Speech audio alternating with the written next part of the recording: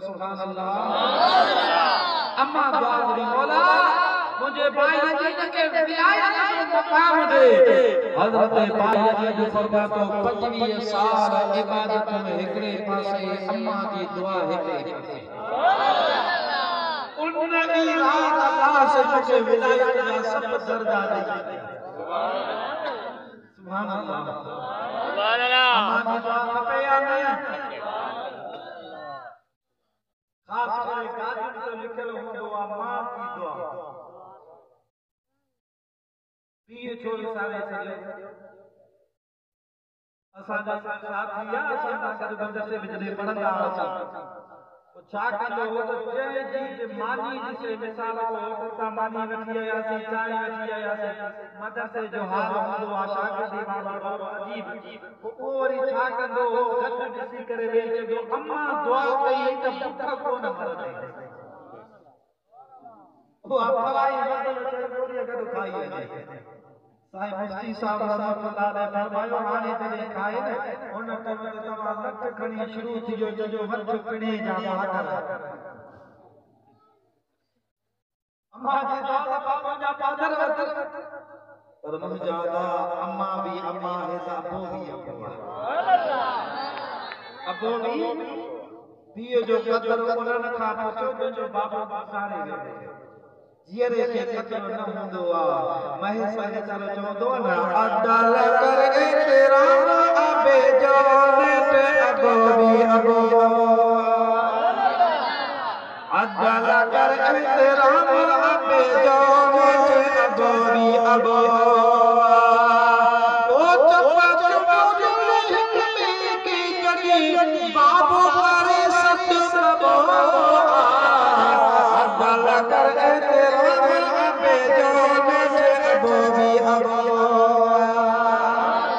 मदीने वाले साईं की खिदमत में सहाबियत तो पोड़ो पियो गदवा नबी करीम के खबर आता है न जो पियो पर पाना उम्मत के सिखारण जे ला पुछंदा अदा देख रही केरा अर्ज करे तो या रसूल अल्लाह मुझो बाबा मदीने वालो साईं फरमांदा खबरदार जगह बेहली पंजे पियो जे अख में थी न हल जो का फरमायो हथ मथे कर वाला जेके सुता पिया हो। सुभान अल्लाह। साईं हिदायत का ये तो कयो न अदा सुतलन के बुधाया या जागो था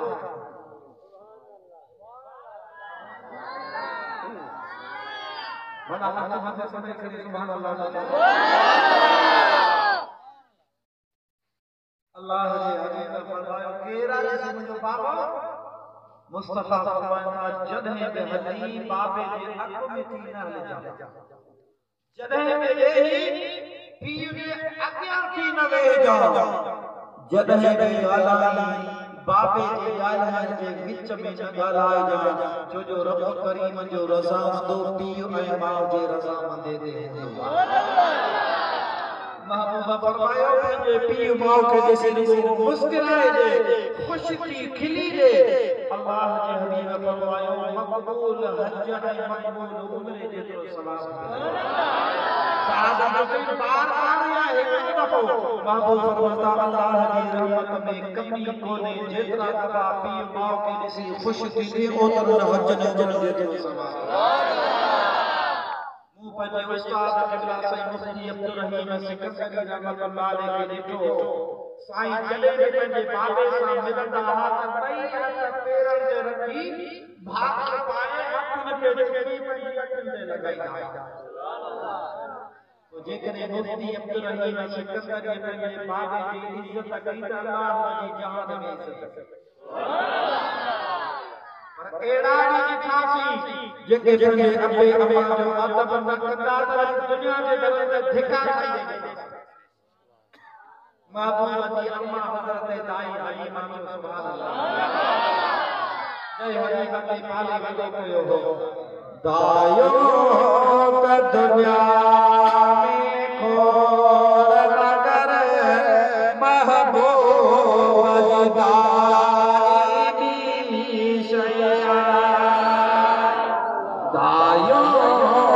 दुनिया में खो मगर महबूब दाई दी शया सीने गुलाब गुल साथे खड़ी गोद में आई भी शया पाले में बहाने सा फुटके पाले पे पलके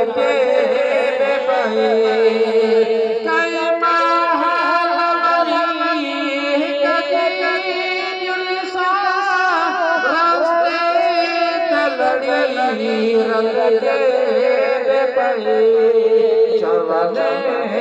से पयो भेड़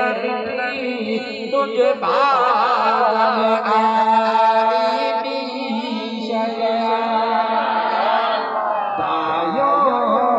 दुनिया में खोल मगर महबूब दाई भी शया हलीमा जदी करीमा नबूवत जो ऐलान फरमायो ऐलान नबूवत खां बाद में जदी मक्के पाक में आया अल्लाह जे हबीब ताई हलीमा के इंदे दितो मदीने वाले मीर पंजी चादर कुल ताला किया हबीब चादर के बिछायो वा चादर जे मुस्तफा की चादर जब कुरान में कसम हमारी चादर हबीब बिछाइया ताई हलीमा जी जो आया मथे वाले पासे का हबीब हलीमा के बिहारिया तेरा दीवारे पासे का रसूलुल्लाह बैठा हजरत ताई हलीमा से तस्वीर चलता अभी उम्र जिया पूरी औरता नबी मजी साहब का बर्बाद इनाम इकराम पैसा को फादिका ताई हलीमा जो रवाना किया साहब पूछता या रसूल अल्लाह या पूरी केरा एडो जो आदर हार हुआ इज्जत कया केरा भाण फरमा कया मुझी अम्मा हलीमा आहे जे मुके पाले वतो सुभान अल्लाह उन अब्बे अम्मा जो अदब ज़र्रिया अब्बे अम्मा जो अदब ज़र्रिया राज़ी आलम फरमाता मदीने वाले मीर फरमायो अल्लाह से जन्नत जा पी ऐं मां जे पेरन जे हेठां रखी छॾिया माना जे अब्बे अम्मा के राज़ी कंदासीं त जन्नत मिलंदी अब्बे अम्मा के नाराज़ कंदासीं त जन्नत मिलंदी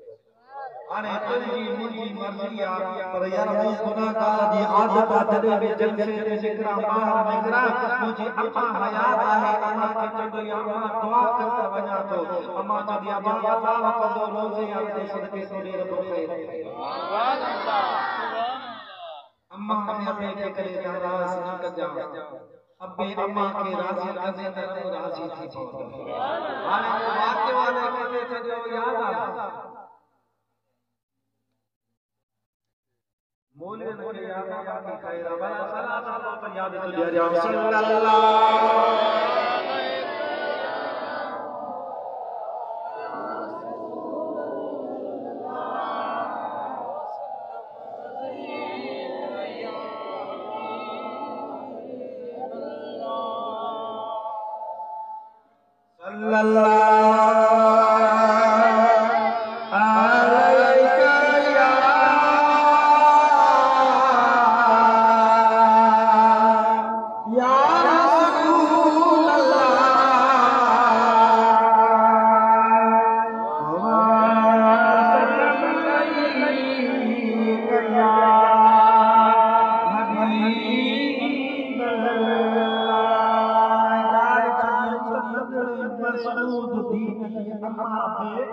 सलाह कई हुई है मसऊद के अल्लाह के दरवाजे से खाने याद हजरत मसऊद के गाला जड़े थियो तू असा बाहर गाला जड़े थे गाल से करे दासी पर न अल्लाह जे हबीब जा उम्मती जे औलाद के मुस्तफा जो सुन्नत से खारे सोचो रसूलुल्लाह हजरत मसूद दीन नडलवा पानी दे अम्मा जी जल बर्बादी मसूद पानी को अखियों बंद कर हथ कड़ी चया पानी दे अखियों बंद करे नडलवा हथ कड़ी चए को या पानी दे मानी घुरे तो साल मुर्सकी अखियों बंद कराए एक दियो पतिया ताजा हलदे हलदे 8 साल गुजरी वया 8 साल सुबह हुजे शाम हुजे रात हुजे दी हुजे घर में बैठो पानी घुरे चवे अखियों बंद कर हथ खणी चया पानी दे बहुत खणंदो ज़ाल ऐं मुड़स हिकिड़ो अखियों बंद हूंदियूं समुझे मथे पानी में हथ में ॾींदो पानी में हथ में त 8 साल अल्लाह ते भरोसो थियो हाणे मसूद बि जॾहिं वॾो थियो 12 साल जी उमिरि हाणे हिकिड़े ॾींहुं ॿारनि सां गॾिजी करे झंग में ॿार आहे वियो त वञी चारे अचा मंझंदि जो टाइम थियो ॿारड़ी जा ॿार त पानी गॾु खणी आया हाणे सभिनी पंहिंजूं मानियूं खोले खाइण शुरू कयो ओ मसूद तुंहिंजी मानी हज़रत मसूद चवे थो मुंहिंजी मानी अॻे बि अल्लाह ॾींदो अॼु बि अल्लाह ॾींदो सीध खणी आया खाओ ता ॾिसो तोखे अल्लाह मानी कीअं थो ॾे हे अल्लाह अखियूं बंदि करे हथ खणी चए थो या अल्लाह मानी ॾे रब करीम जिब्रील खे हुकुम फरमायो ओ जिब्रील जीअं मुंहिंजा रब अॻे घुरंदो दुख हुयो ॾींदा न ऐं पियो 8 साल जो मथे भरोसो थियो ओ जिब्रील हाणे जल्दी कर जन्नत जे खावन में जन्नती ताम खणी मुझे मसूद दीन के जंगल में पहुंचाया अखियूं बंद हुयो मलाक जन्नती खावन में अची जन्नती ताम हथन में रखियो हज़रत मसूद जो अखियूं खोले ताम मौजूद बिस्मिल्लाह करे मानी खाधे ॿियनि जी मानी कई बसर सां कई दाल सां कई खासा पर मसूद दीन जी मानी भी जन्नत जी दभाई भी जन्नत जी मानी खाधे घर आयो शाम जो थियो पीउ ऐं मां परेशान अल्लाह जी जीअं समझे बचे जो ॾींहुं गुज़रियो हूंदो 8 साल जी महिनत मतां ज़ाया थी वई हुजे हाणे ज़ाल मुड़ुस खे उणितुण लॻी पई आहे शाम जो घर आयो अम्मा जी जल्दी यकदम पुछे थी ओ मुंहिंजा बचड़ा मसूद देख वर ॾींहुं कीअं गुज़रियो आहे चवे थो अम्मा तॾहिं बि पाणी जो टाइम ते अखियूं बंदि करे हथ खणी अल्लाह जा पानी घुरण ॾींदो अॻे बि अल्लाह पानी हो पर अॼु जहिड़ो पानी मिलियो आहे पानी अॻे न ॾींदो हुयो ओ मुंहिंजी अम्मा मंझंदि जो टाइम थियो आहे असां जॾहिं पानी खाइण लाइ वेठासीं ॿार उते खिलण लॻा तो रोकण लॻा अखियूं बंदि करे हथ खणी अल्लाह खां घुरियो ॾींदो अॻे बि अल्लाह हो पर अॼु त अहिड़ी मानी ॾिनी आहे जो अहिड़े मानी जिंदगी में कोन खाधी आहे मां ऐं पीउ खे पक थी वई आहे हाणे मसूद जो रब ते पको भरोसो थी वियो आहे जेको रब ते भरोसो कंदो आहे उनखे खाली कोन छॾींदो आहे उनजा रहमत सां झोल हज़रत रोज़े दजी रहमतुल्लाह अलैहि आदत मुबारक होती हुई 20 रोज़े दजी रात जो दिलनि जो पानी में हलाए छॾींदा सुभान अल्लाह पाना फरमाईंदा त असांखे सुभाणे अल्लाह नओं पानी ॾींदो सुभान अल्लाह उन्होंने पंहिंजी औलाद जी तरबियत अहिड़ी कयो जो औलाद तरबियत में पिराए सिखी वठे जेकॾहिं औलाद जी नंढे वॾे तरबियत में कंदासीं त वॾो थी मवाली थींदो पोइ मौलवी साहब तावीज़ बि लिखी ॾे यार छोकिरो चवण नथो करे मौलवी जो तावीज़ धूड़ असर कंदो त तरबियत ई न कई आहे तावीज़ मौलवी लिखी ॾींदो त हुन में वधाए छॾे पर मुंहिंजा तावीज़ असर सॾे कंदो जॾहिं उन बकरे जी तरबियत मिली नंढे हूंदे खां वरी चाचा मौलवी साहब तव्हां छोकिरो ॾाढो हरामी तव्हां चओ था असां ॾे त ईअं आहे वॾो हरामी आहे अदा संदे पुट खे हरामी थो चवे हरामी त उनखे चइबो आहे जेको पीउ वॼावल न हुजे ॿिए किथां ॼावल हुजे अफ़सोस आहे मुस्लमान संदे हलाल जे पुट खे हरामी थो चवे ऐं उन बच्चे खे काजी थो सेखारे छो न उन बच्चे खे मुस्तफा जो सुन्नत थो सेखारे मदीने वारे मीर का साहब पूछो या रसूल अल्लाह क़यामत जे ॾींहुं सवा लख नबी में हूंदा उन्हनि जूं उम्मतूं बि हूंदियूं असां तव्हांखे कीअं सुञाणींदा तव्हां असांखे त मुंहिंजा उम्मती था अचनि मदीने वारो मीर फरमाईंदो त पंज कल्याण घोड़ो हूंदो आहे उन जे मुंहं ते अछो अछो हूंदो आहे अॻियों टंगूं ऐं पोयों टंगूं अछा टका हूंदा पंज कल्याण घोड़ो आम घोड़ो में करे खां पतरो हूंदो आहे ऐं मुंहिंजी उम्मत खे उहे जेके वुज़ू कंदड़ हूंदा उन्हनि जा पंज उज़वा क़यामत जे ॾींहुं चमकंदड़ हूंदा उन जो मुंहुं उन्हनि जा हथ उन्हनि जा पेर वुज़ूअ जे करे सिज खां वधीक चमकंदड़ हूंदा ऐं परे खां सुञाणींदुसि त मुंहिंजा उम्मती पिया महबूब फरमाईंदा जेको रात वुज़ू करे सुम्हे छा करे वुज़ू करे उन को सुम्हे अल्लाह जे हबीब फरमायो जे उन रात गुज़ारे ॾींदो त क़यामत जे ॾींहुं शहीदनि सां गॾु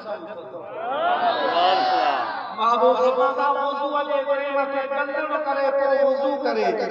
आम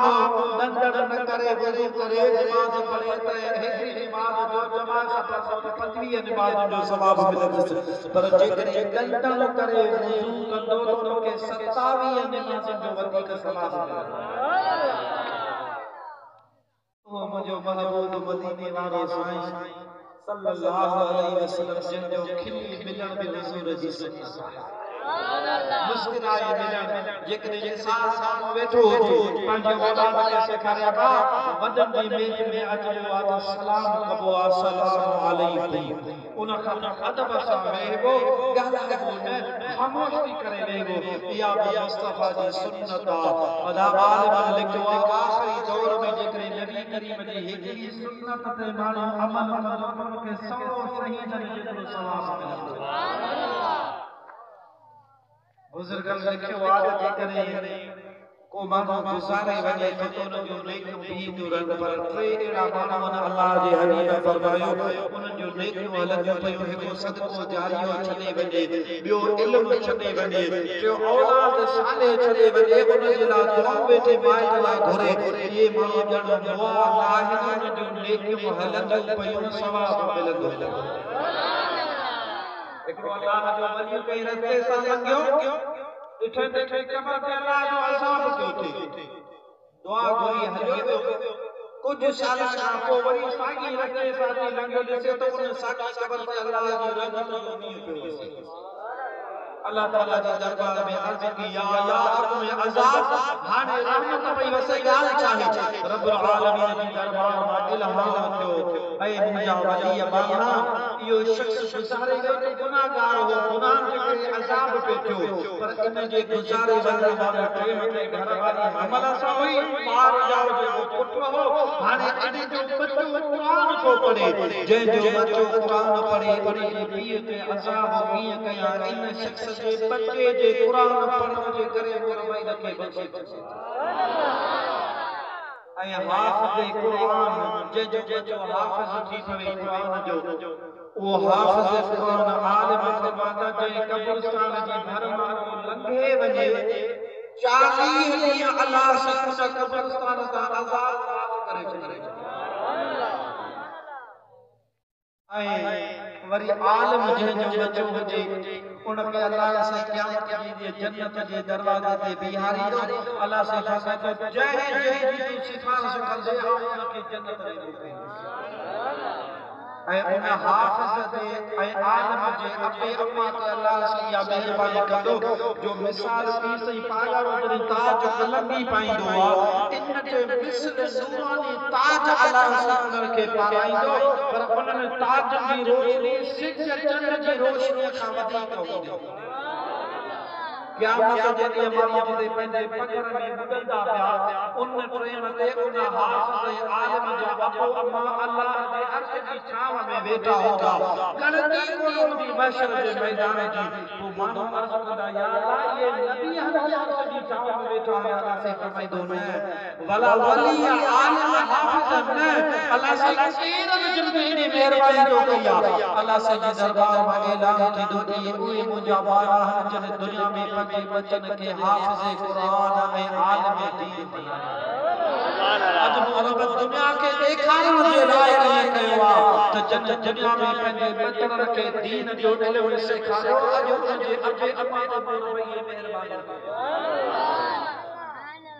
छो न पंहिंजे औलाद जी तरबियत सुठी कयो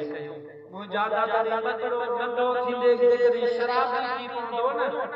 त वॾो थी इबादत गुज़ार कोन थींदो शराबी जॾहिं शराब जो काम हथ में खणंदो आहे अल्लाह जे हबीब जी बुखारी शरीफ में हदीस आहे त ईमान हुनजे जिस्म मां निकिरी अलॻि थी वेंदो जेसी ताईं नशो आहे ईमान जिस्म में दाख़िल न थींदो तॾहिं त आलिम ने फरमायो त शराबी जो जनाज़ो न पढ़ो छो जो शराब जी हालत में मरी वियो त काफ़िर थी वियो न जनाज़ो पढ़ो न मुस्लमान जे कब्रिस्तान में दफन कयो असां मोली मिड़े इहो खणी चवंदा आहियूं त या रसूलुल्लाह जो उम्मती या मता रब बख़्शे पोइ जनाज़ो पढ़ी छॾींदा आहियूं पर मञो आहे त अहिड़े जो जनाज़ो बि न पढ़ो मुस्लमान जे कब्रिस्तान में बि दफन न कयो पर मुंहिंजा दादा जेकॾहिं कंहिंजो बच्चो नंढे हूंदे शराबी थी पवे अल्लाह से बचाए तो वरी कंहिंजो बच्चो नंढे हूंदे जुआरी थी पवे अल्लाह से बचाए पर खास करे तव्हां तबको चवंदा ख़बर न आहे पर घणो करे बरोबर में आदत हूंदी आहे ॿिया गुनाह जा कम कन न कन पर कुकड़ ज़रूर पालींदा किलो न लगे तो तव्हां वटि बि आहे थोड़ो घणो आहे